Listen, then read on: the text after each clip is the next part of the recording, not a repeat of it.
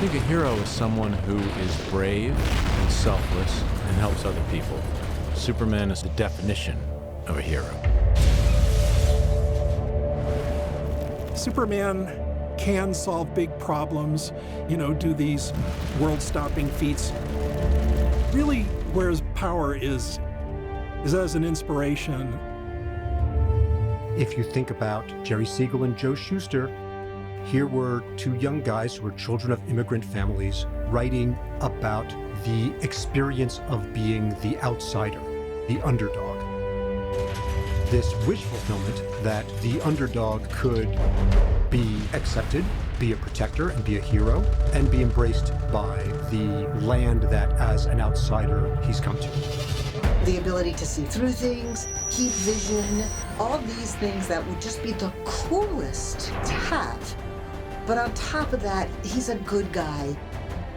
He was the ultimate power fantasy. Kids coming out of the Great Depression literally had no power, and for a dime they could read stories about this guy who had all the powers. I was about 14 and I heard a kid scream down the block, and I ran to help him. He had fallen off his bike. I picked him up and ran him home. He was in my arms, and I could feel the wind as I was carrying him, and I could almost hear the George Reeves Superman theme music running in the back of my head. It's no better feeling than feeling like you're Superman. The only thing better than that is when you're feeling like Superman to somebody else.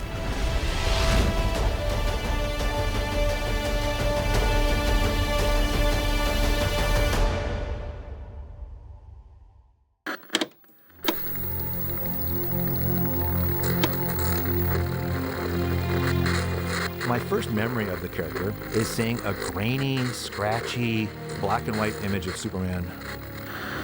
Clearly it was the old George Reeves Superman show from the 50s. That was probably 4. I don't know who that guy is. It's a guy flying around and it looks cool. I remember how thrilling the introduction was. It's a bird, it's a plane, it's Superman. I lived very close to the Griffith Observatory. Why do I know the image of the Griffith Observatory? And it was because of the black and white Superman series. Ah, Professor, Superman. I stopped watching it, though, after Superman and the Mole Men, because that just freaked me right out. Only Superman can fix it. He really didn't make that much impression, but I'll tell you who did, and that was Superboy. I remember as a kid seeing a Superboy comic with a really kind of disturbing cover. He was blind, and Krypto, the super dog, was his guide dog. It's a bird! It's a plane! It's Superman! When I was 15, I discovered the Fleischer Superman cartoons, and that made a tremendous impression on me. The best version of conveying confidence is letting the other person know that they're in good hands. That's what George Reeves' Superman conveyed. Now, it's all right. Take it easy. He made you feel good because just being there, he let you know that you were taken care of.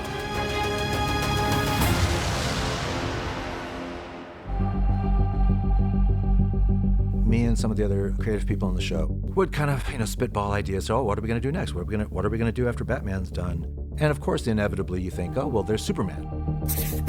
I wasn't all too keen on the idea because A, it seemed really obvious, and B, I knew exactly from the minute, Gene McCurdy first said to me, Batman cartoon, I knew kind of instantly what I wanted to do. Whereas with Superman, as much as I liked the character, I didn't really know exactly what I was going to do with him to make an animated series out of it. Warner Brothers Animation at this time, the 90s and early 2000s, in kids' TV animation, was an Emmy factory, all thanks to Gene McCurdy. They hired the best people they could get at the jobs and then let those people do their work. After Batman was finished, Steven Spielberg watched the Batman show and he really liked it. He said, I want to make a show with those guys. One of the pitches we developed was Freakazoid. Came up with the original idea and the design for it. That was the one that Steven really, really liked.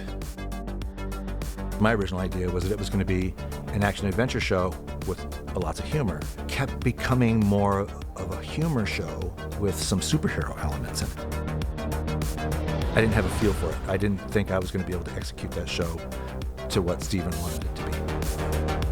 Around that same time, Gene McCurdy would say, Kids WB is they're talking about doing a Superman show. Do you want to do a Superman show? And I went, yes. You had this great team that had just done mind-blowing work with Batman, whose hands were ready to take on this new project. We spent a lot of time trying to figure out what the character designs, learn the lessons of BTAS and apply them to this new show. And then for the background styling, we still kept it somewhat retro and somewhat Art Deco. It's not as dark and angular. Batman's world was dark and gritty, kind of film noirish, and Superman's world is bright, it's optimistic. So it was doing something very familiar, but it was a completely different switch, and we all welcomed the change.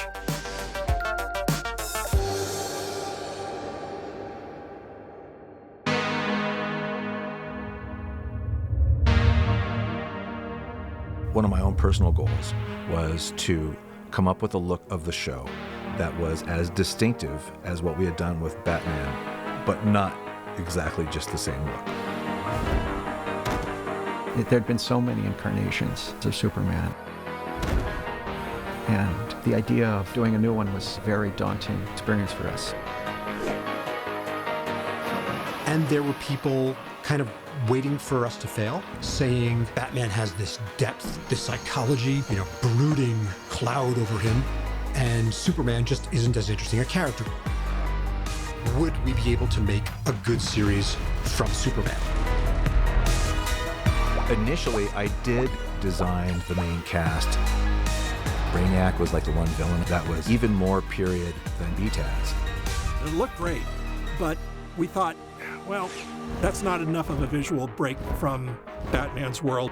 A lot of back and forth, a lot of different stylistic things we tried.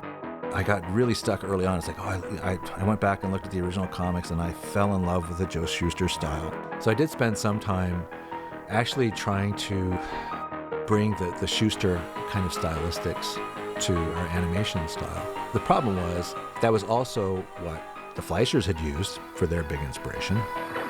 That's where the bar is set when you're doing animated Superman. It's like, there's Fleischer Superman. It's like, that's the level that you're never going to hit. I knew early on that we weren't going to be able to use that as our goal.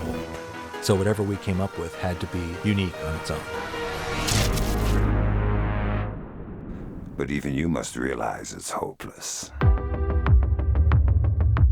One of the great assets we had was in the tremendous creations of Jack Kirby. He was the defining creator of superheroes throughout most of the 20th century.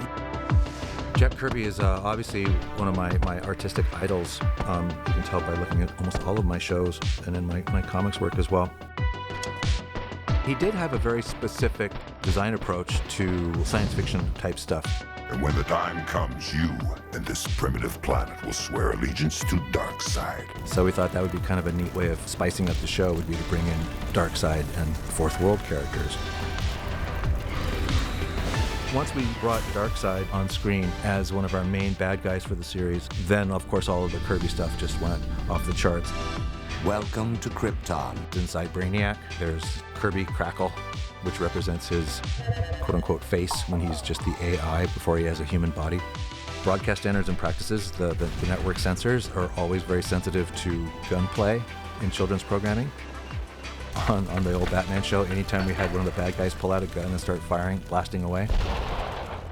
But in a lot of classic Jack Kirby comics, policemen had a tendency to not just wear, 38s in their holsters. They had like these kind of stylized weapons. Not a fact. Well, get ready to shoot. It brought something a little bit new and a little bit fresh to our look. We spent a lot of time designing what Krypton looked like.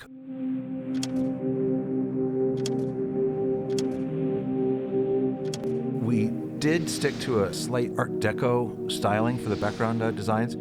There's a whole other kind of sidebar branch of Art Deco that I ended up calling it Ocean Liner Deco. Because there's a lot of ocean liner posters back in the 1920s and 30s that had this kind of really stylized, kind of rounded shapes with straight edges.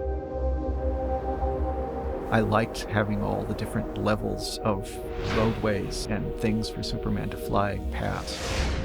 A color palette that still had weight to it. authenticity to it so that the show didn't look like a kid's cartoon, which I think is what people were worried that we were going to do.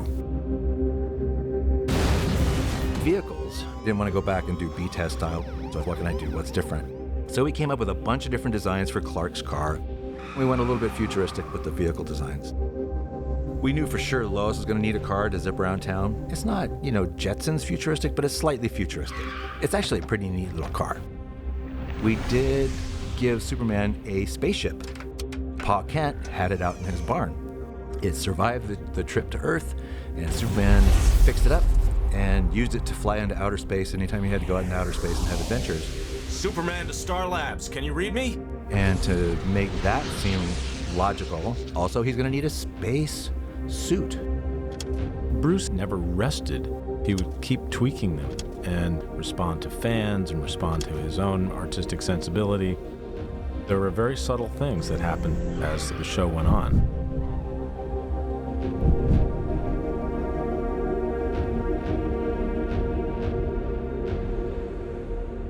What's something new that we can do with this show? It's all been done. Artists. So we had to think bigger to come up with big challenges for Superman, while at the same time making him a little less powerful than he had been in other incarnations. What is that? Taking a cue from the Fleischers, if you see him struggle, you pull for him, and he's more believable. When I lost my balance and fell, suddenly this big blue angel with red wings came down and caught me. We did want this to stimulate thought and what would happen if there were these superheroes in our lives, how would we deal with them if they showed up now? I remember thinking about the decades of work that had been done before, and I could only imagine the thousands of writers in Superman up until that point, and the honor of getting to contribute to this body of work. Yeah, Lane. We could really get into Lois Lane as a character.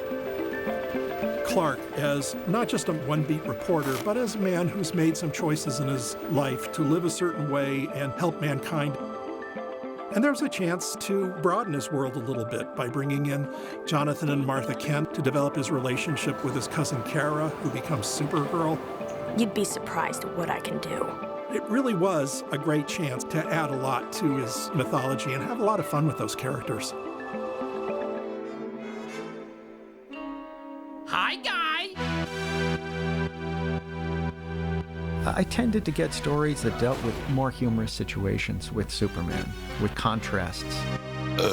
Lobo and Nixie, something where Superman is completely, almost powerless, but has to sort of outwit them and deal with it on a different level. Ah, nuts. Those were kind of fun episodes. My card.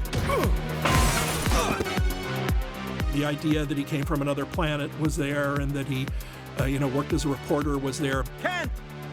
My office, now! But all the other things that we look back as being so important to the Superman canon were added piecemeal over the years and in wildly different mediums.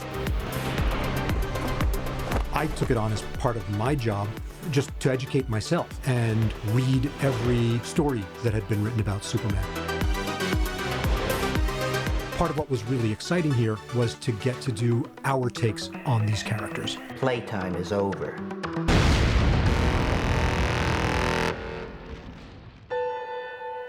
Superman, in many incarnations over the years, was kind of corny. Christopher Reeve, Clark Kent, gosh golly, klutzy was what I think a lot of people were expecting. And the guys were real clear that we weren't going to do that. Andrea found some great regular characters in Tim Daly and Dana Delaney as Clark and Lois, Clancy Brown as Lex Luthor. Andrea and Bruce, they knew the characters so well that it really helped me get to know the character well. Somehow we've got to even the odds. That's all right. We only need one. Let's go 38. I always favored ensemble record for every single show that I ever did. Always better to have actors react off of each other, and when they could hear the other actors and the voices that they had created, it was much easier for them to create a voice that fit into that world. We had brought Clancy Brown in for auditions for Superman. I'd always liked Clancy in the movies. I went in with my best Superman voice, based on what I had seen from George Reeves. It's like, Clancy, do you want to audition for Luthor while you're here? For Christ's sake, now why do I always have to play the bad guy? I basically did a little bit of a slower version of my Superman impression as Lex Luthor. That's right. Make him come to you. Dana Delaney came in and I slated her. This is Dana Delaney as Lois Lane, take 1. It was completely silent. She didn't speak. And I said, Dana, you okay? And she said, I had to just take a second because I can't tell you how long I have waited to hear those words. She had wanted to play Lois Lane forever. We had these half-wall baffles. They separate the actors and they separate the sound. But you could stand up and see the actor sitting next to you. And so often, actors who had not done this work before would be seated next to somebody with a lot of experience and lots of talent, and they would literally stand up with their mouth open and just watch that experienced actor work and be so impressed, and that was always delightful to see. I'm gonna personally lead the army that vaporizes you too. Dana as Lois, very smart, What about the story? driven, Hey, I'm not finished. but also very funny. I think there was more of a variance with the Superman characters. I wasn't sure you'd really come. She is smitten with Superman. This is something she's never seen before, and she's a woman of the world. She's a reporter that's been around. Aren't we getting a little personal? Better now than never.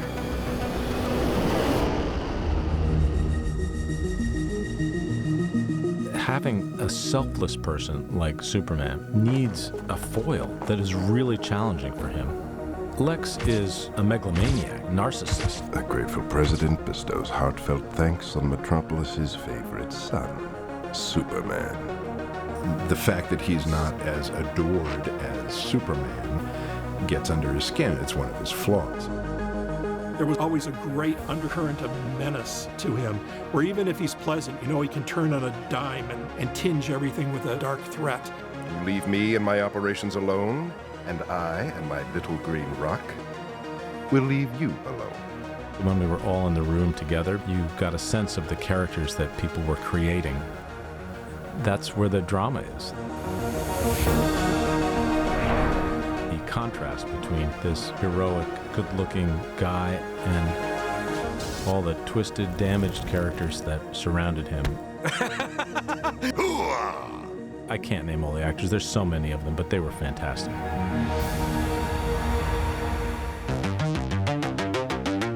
We had been playing with the psychological aspects of the villains on Batman and felt no reason to change on Superman. I'm not some infernal machine. I'm human. I need food and rest. We needed to make the villains relatable. Most of Superman's villains were kind of older, heavyweight businessmen. God, there's just a bunch of guys in suits.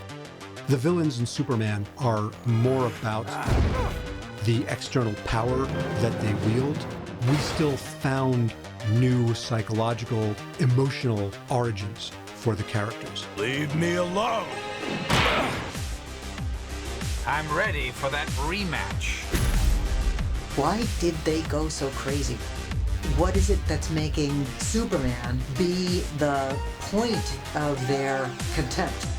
Toyman was another character who was kind of just a boring old guy in a suit in the comics. There's a guy that Glenn and Dan and I met at San Diego Comic-Con. He carries a dummy with him, and the dummy's name was George. The Toyman was a tragic one whose childhood had been ruined by ugly Mannheim.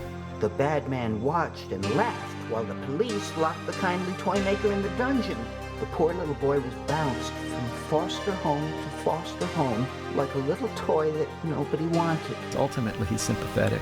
There's no room for sympathy because he's so scary. Ah, you took my toy! You spoiled my fun! Parasite seemed to me that he should start out as a character that was angry about being powerless. That's what drove him to become the villain that he became. When I touch somebody, I get strong. I absorb their energy. And that's really indicative of the kind of focus that Alan and Paul made sure we infused in all of our villains. Our villains were human beings first, for the most part, who were changed by technology or circumstance and became this villain. Take a wrong step, Mr. Kent? What?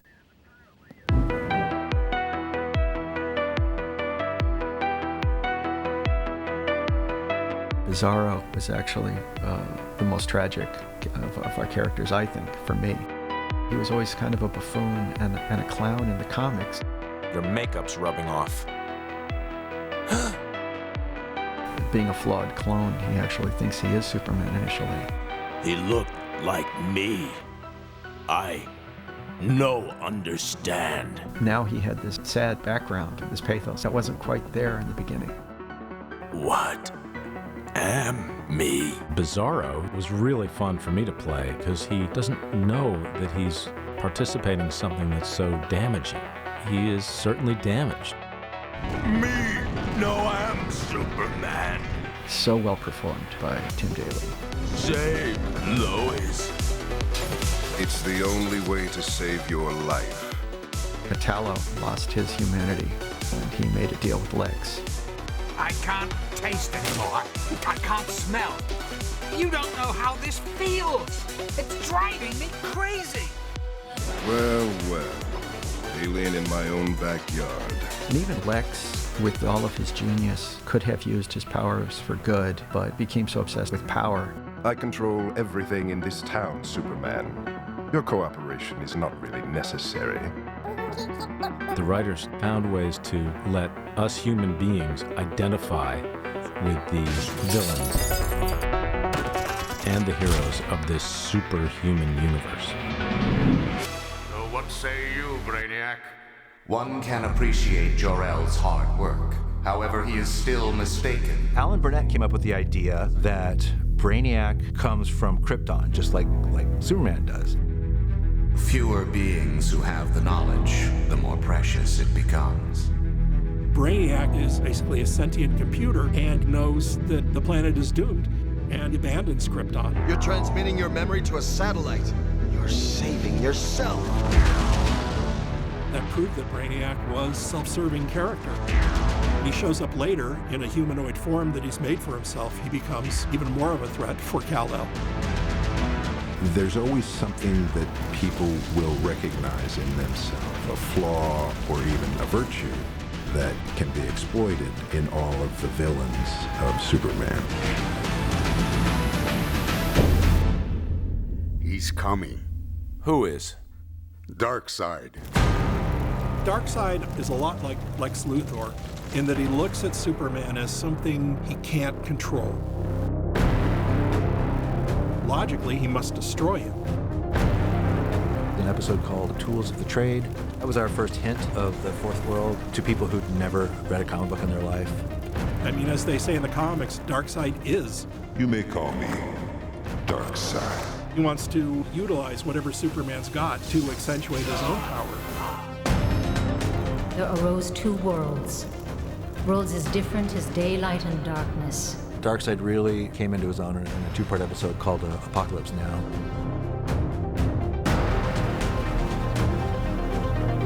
Doing a giant widescreen adventure story on a TV budget and schedule, we did not have much experience with at the time. Holy Hannah!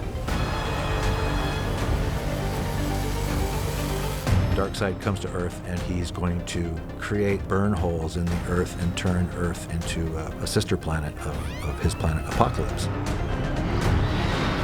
This was literally a planetary invasion. There's a great scene in Apokolips now. It's in part 2. It's inspired by a scene in the Bible. Lucifer's on top of this mountaintop with Jesus, and he says, hey, everything down there, all of that can be yours. I was always struck by that scene. Well, I said, well, let's put that in the show. The power you have now, it's nothing compared with what I'm offering you. You know I can't do that. Pity. Since Kirby created him, the character kind of stuck around and became ultimately one of the biggest and baddest and most important villains in the DC universe. If you won't be my knight, you will be my pawn. When it came time to cast him, Ironside's name came up, and he came in and he was just awesome. Savor your moment of triumph, Superman. But remember, victory has its price. When we first started on the show was when we heard that Jack Kirby had died, and as a crew, we went to his funeral. When we came back, Bruce designed Dan Turpin to be Jack Kirby. This is our world, Ugly. You won't get it without a fight. When we had decided to zap Dan in Apokolips Now Part 2, we dedicated the show to him. Go on, you mangy buzzards, and don't come back.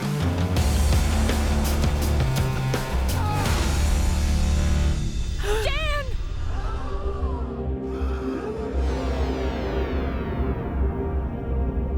And we gave Turpin Kirby's funeral. In the end, the world didn't really need a Superman. Just a brave one.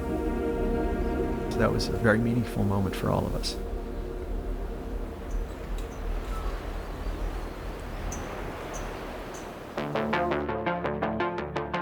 I think that Superman the Animated Series, much like Batman, much like the original Animaniacs, much like a lot of the Warner Brothers shows at that time, just happened to be created at the right time.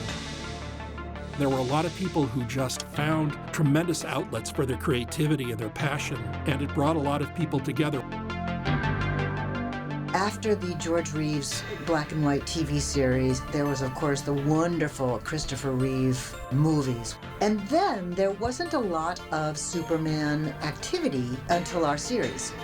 It was lightning in a bottle. Bruce insisted that we have an incredible team. Because you bring such light and such positive feeling to an endeavor like that, it's really going to be something that endures. Between Batman and Superman and the other shows that we did after, we did a couple of 100 episodes of shows that all fit within a persistent universe. We were never allowed to repeat ourselves. The bar was really high to keep bettering ourselves and keep learning new tricks. The show had scale, scope, and we also introduced new characters to the Superman mythos that people had not seen before with the infusion of the Kirby world. It was really amazing, and it did make a huge impression on people. Let's finish it. Very well. This world dies now.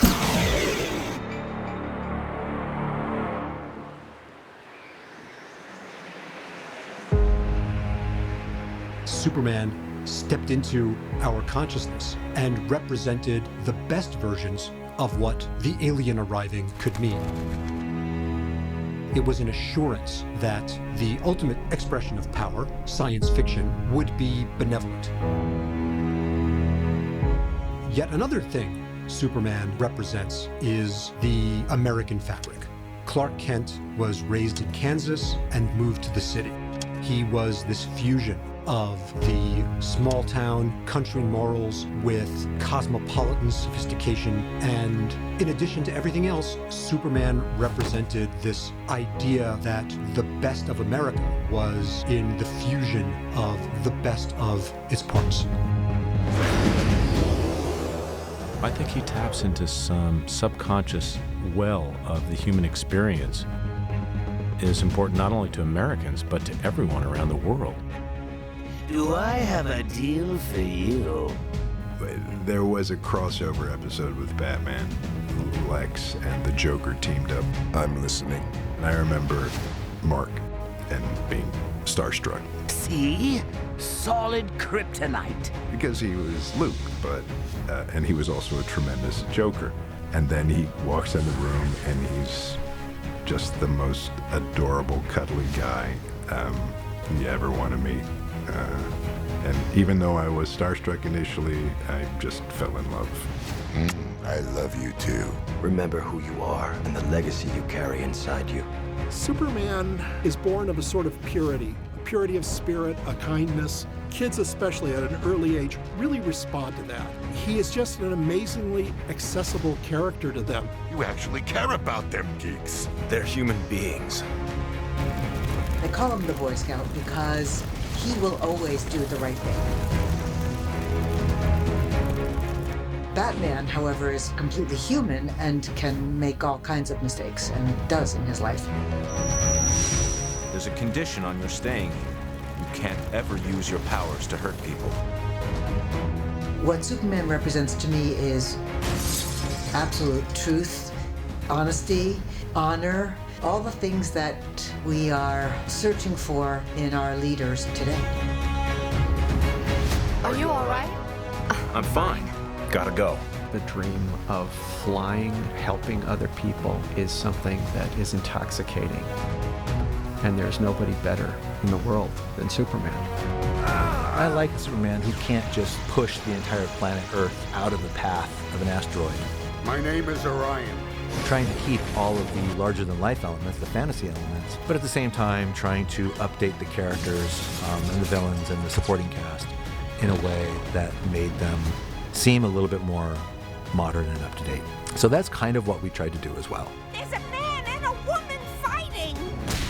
We all want to believe that the future is bright. The best in people will come out. That's one for the home team. A protector will take care of us. They're all yours. We all want to believe that we can be that protector.